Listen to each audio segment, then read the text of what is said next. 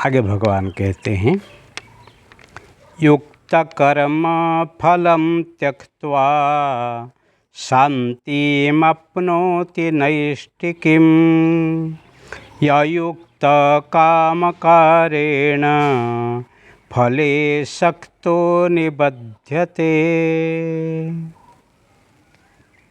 युक्त कर्म फलम त्यक्त्वा शांतिम अपनोति नैष्टिकम् अयुक्त कामकारेण फले सक्ता निबध्यते।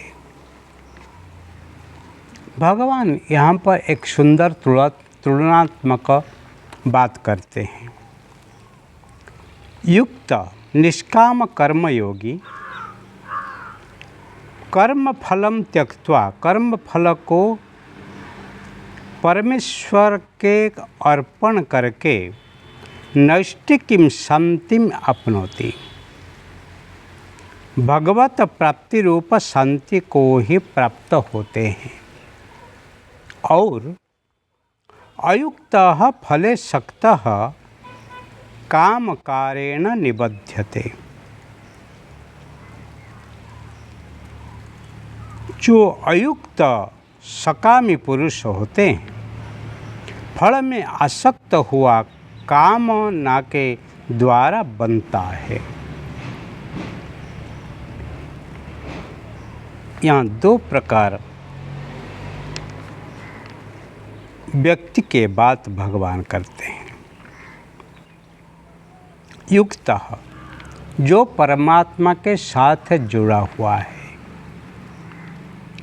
जो ही भक्त है, जो विभक्त नहीं है, जो भिन्न नहीं है, अभिन्न भाव से कर्म फलम त्यक्त्वा कोई आसक्ति बगैर कुछ प्राप्ति करने के जो इच्छा है, जो इच्छा है, उसको त्याग करके नैष्टिकीं शांतिम अपनोति, और नैष्टिक शांति को ही प्राप्त करते हैं, क्योंकि परमात्मा इष्ट है, परमात्मा श्रेष्ठ है, परमात्मा ही ध्येय है, परमात्मा ही प्रेय है और परमात्मा ही अभय है। उसको प्राप्ति करने के लिए जो ही संपूर्ण भाव से समर्पित होके रहते हैं, वो ही परमात्मा को पा लेते हैं। परंतु जो कामी पुरुष, जो कामी आसक्ति में लेके भले पुत्र सणा हो या बीते सणा हो या लोके सणा हो, किसी भी इच्छा, भगवान कहते हैं यो यथाम प्रपद्यन्ते ताम तथैव भजाम्यहम्। यो यथाम प्रपद्यन्ते, जो जैसे मुझे ही उपासना करते हैं, मैं ही ऐसे ही उसको ही याद करता हूँ।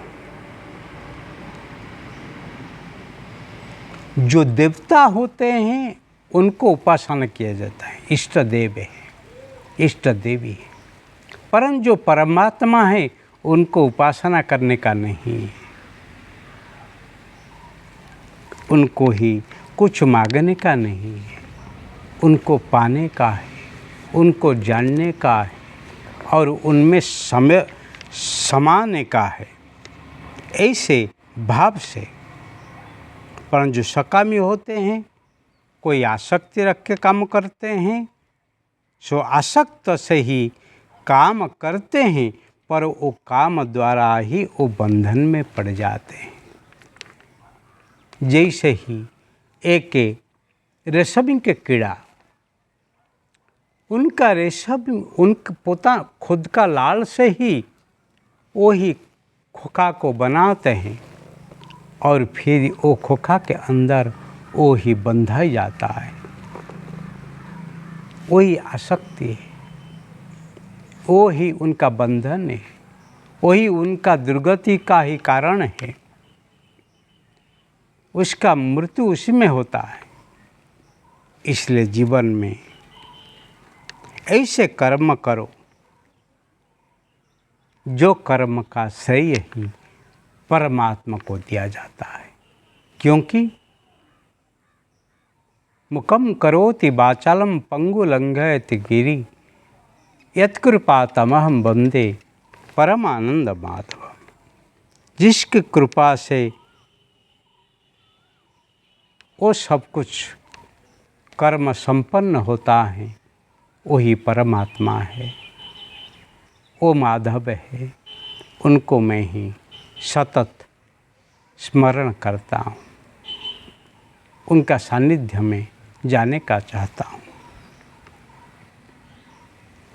जो हरि करेंगे वो मेरे हित में है, इसे भरोसा चाहते ही नहीं। ऐसे भरोसा जिसका नहीं जाती है, वो ही परमात्मा को पालता है, वो ही धन्य है।